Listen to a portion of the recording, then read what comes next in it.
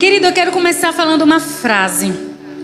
Essa frase falou muito forte no meu coração na semana passada. Em uma das ministrações que eu estava ministrando aqui... Obrigada. Eu não cheguei a falar, mas Deus falou essa frase comigo, mas acabei falando várias coisas e não falei sobre isso. Mas a frase é: podemos desfrutar de uma jornada e não apenas do lugar de destino. Podemos desfrutar. A vida é uma jornada. A vida é uma viagem. A gente está aqui. Daqui a pouco a gente volta para nossa casa.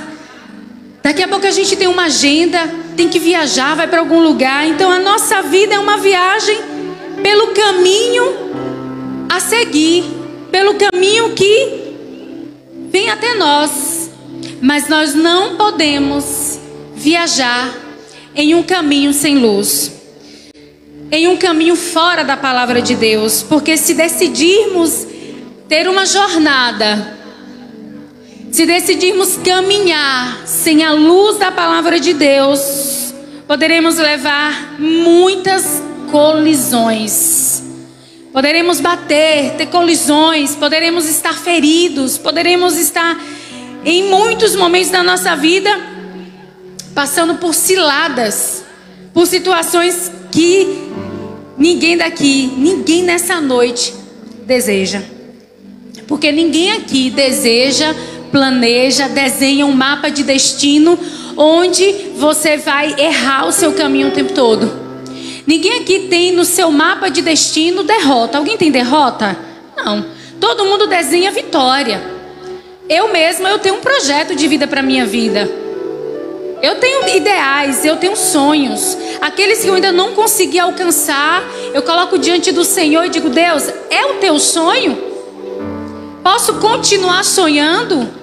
O Senhor está nesse sonho? Ele está demorando. É o Senhor nesse sonho? É, filha, pode continuar sonhando. Então, aí a gente vai colocando os ingredientes nesse sonho. A oração, a fé. E aí hoje, quando eu estava jantando com meu esposo, um pouco antes, eu cheguei para ele e falei assim: precisamos orar. Precisamos intensificar mais nas orações, porque a oração gera fé.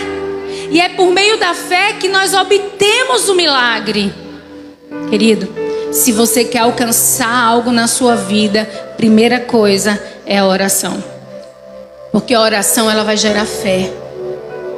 Mas eu não estou crendo, bispo, eu vou orar sem crer. Comece a orar. Comece a orar. Orar é falar com Deus. Abre a tua boca e fala qualquer coisa, até um ruído. Oh, meu Deus. Sabe, dê um grito de dor, um grito de alívio, um grito de alegria, um grito de derrota, seja o que for, mas fale com o teu Deus, porque Ele está vivo, Ele está te ouvindo. Então, nós precisamos identificar em nossa vida esse caminho, essa jornada que nos espera. E eu quero dizer uma coisa muito, mas muito séria nessa noite. Nós temos um inimigo. Vira para a pessoa que está do seu lado. Olha para ela. Está olhando? Ela não é o teu inimigo. Olha para trás. Ele lá atrás também não é o teu inimigo. Olha para a gente aqui no altar. Também não somos inimigo. Nós temos um inimigo. E a Bíblia diz que o nosso inimigo, ele é como um ladrão. E ele tem mania, ele tem maneiras e ele tem facilidade para entrar em uma casa. Porque ele é astuto, ele sabe. Tem gente que mesmo você trancando a porta da sua casa, tem gente que sabe abrir a porta. Você sabia disso? Que tem gente que descobre segredos, que pode entrar onde for. E o ladrão também, ele faz de tudo para roubar as casas que estão expostas. Como está a sua casa? Ela está protegida? Ou ela está exposta? Sua casa está protegida, querido, com a palavra, com a presença de Deus. Sua vida está protegida, seu coração está protegido, sua mente está protegida. Você consegue discernir os seus pensamentos, se esses pensamentos são de Deus ou se não são de Deus. A Bíblia diz em 1 de Pedro, no capítulo 5, no versículo 8, diz assim: sejam sóbrios e vigiem. O diabo, o inimigo de vocês, ele anda ao derredor como um leão, rugindo, com muito ódio, com muita raiva. A Bíblia diz isso.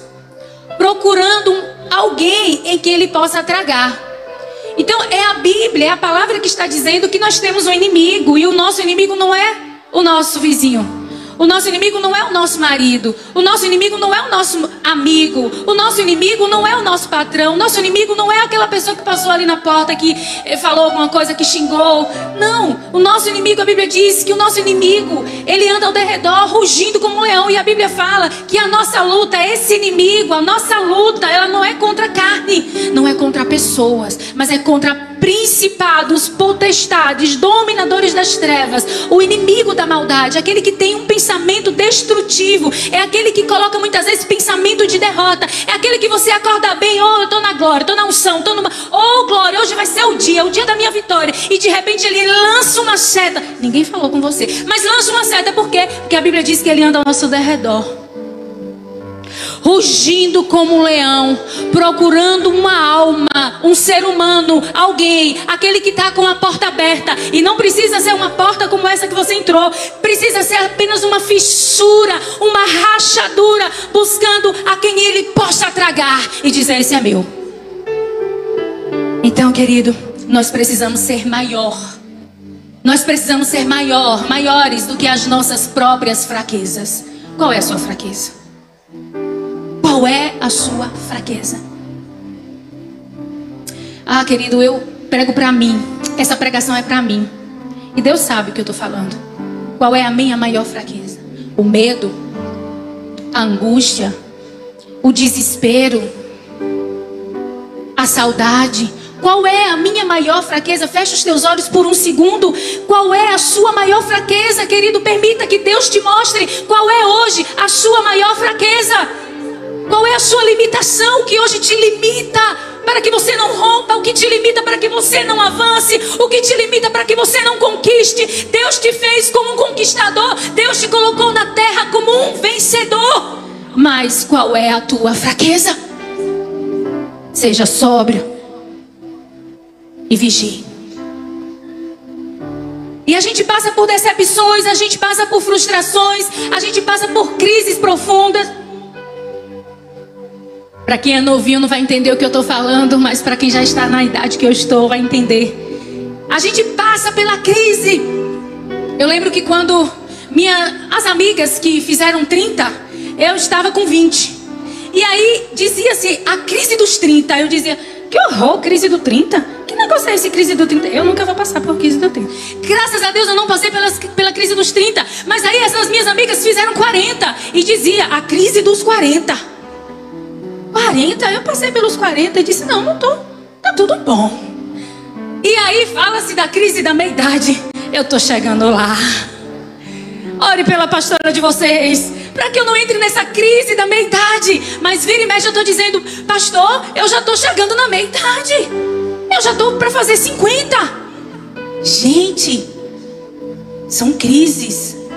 Senhor, os sonhos que eu tinha na minha adolescência, os sonhos que eu tinha na minha juventude, os sonhos que eu tinha na minha idade da maturidade, eu não alcancei. E aí então vem o quê? A crise. Nós precisamos vencer essa crise, vencer o ódio, vencer a raiva, vencer a culpa. Eu não consegui. Vença essa culpa que muitas vezes o inimigo, o acusador, começa a colocar na mente, te acusando. Você não conseguiu porque você não fez. Você não conseguiu porque você não fez. Você não conseguiu porque você não fez assim, você não fez assado. E aí vem o quê? O espírito de acusação. Vença o espírito que te persegue, querido, o espírito da acusação. Outra coisa que nós não podemos ficar é focado no problema, irmã. Foca em Deus. Ele é o dono da solução. A Bíblia diz que Ele é o dono do ouro e da prata. A Bíblia diz que Ele é o dono dos céus e da terra. Pela sua palavra Ele fez tudo. Ele disse: haja, e tudo foi feito. Viva o haja de Deus. Haja luz e houve luz. por meio da sua palavra. Deus nos ensinou que céus e terra foram feitos por meio da sua palavra. Haja luz e houve luz. E quando Jesus foi ser tentado pelo tentador, levado ao deserto por Deus, Deus levou ao deserto. E lá ele foi tentado e ele venceu por meio da palavra. Então, para que possamos resistir às investidas do maligno, nós precisamos ser maior do que as nossas fraquezas. Precisamos vigiar. Vigia um pouco mais. Eu ando vigiando, irmão. Toda hora eu tô vigiando. Sabe aquela pessoa que diz: vixe, tô no azeite. Ali o Lito, tô olhando toda hora, vem no azeite. Tô no azeite, eu vigio. Vigie mais, irmão. Sabe por quê? Porque o inimigo sabe da sua fraqueza. Ele sabe do seu ponto fraco. Ele sabe exatamente onde ele vai pegar. Você vai pregar sobre fé, ele vai permitir aí, vai ter um negocinho aí, vai acontecer alguma coisinha na nossa vida, permitido por Deus, para nos levar ao crescimento. Então nós precisamos vigiar. O apóstolo Paulo, ele nos admoesta. Ele fala: não dei, olha só, em Efésios 4, versículo 27. Não dei oportunidade, não dei lugar para que ele te tente. Então não dê oportunidade para ele tentar você. Não dê oportunidade para ele estar ali tentando. Se você sabe qual é o seu ponto fraco, o seu ponto fraco, um exemplo, o seu ponto fraco é bebida. Eu vou sim na roda dos escarnecedores, sim. Eu vou sentar na roda lá da galera, porque o que é que tem? São meus amigos.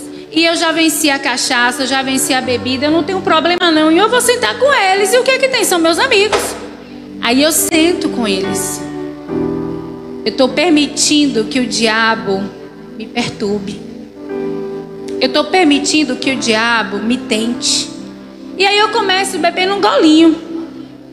Daqui a pouco eu bebo outro golinho. Daqui a pouco eu quero a cerveja toda. Daqui a pouco eu já estou comprando um engradado de cerveja lá para minha casa. E daqui a pouco eu já estou fazendo a farra. Então eu dei oportunidade para ele me tentar. Vigie. Vigie, irmão. Vigia. Quer agradar a Deus? Quer viver uma jornada desfrutando dela com plenitude, não apenas almejando o destino, não apenas alcançando, tentando alcançar seu destino, mas vivendo uma jornada? Vigie. Afaste-se de toda a tentação que atrai você. Afaste-se. Seja o dinheiro impuro, o dinheiro errado, o dinheiro fácil. Seja a mentira. Você sabe o ponto fraco seu. Eu sei meu ponto fraco. Cada um sabe seu ponto fraco. Não é verdade? Então não tem um ponto fraco. Afaste-se disso. Afaste-se. Vigie. E ore. Para que você não caia em tentação. Ah, eu estou orando, pastor. Eu estou em oração. Estou todo dia na campanha de oração. A Bíblia está dizendo: vigiai. Primeiro não fala orai. Primeiro fala vigiai. Vigia, irmão. Vigia, irmãzinha. Se não consegue... Mas minha irmã, tu vigia. Se não consegue passar pela praça com aquele batuque lá que está acontecendo, passa pela outra rua. Vai vigiando. Vigie e ore.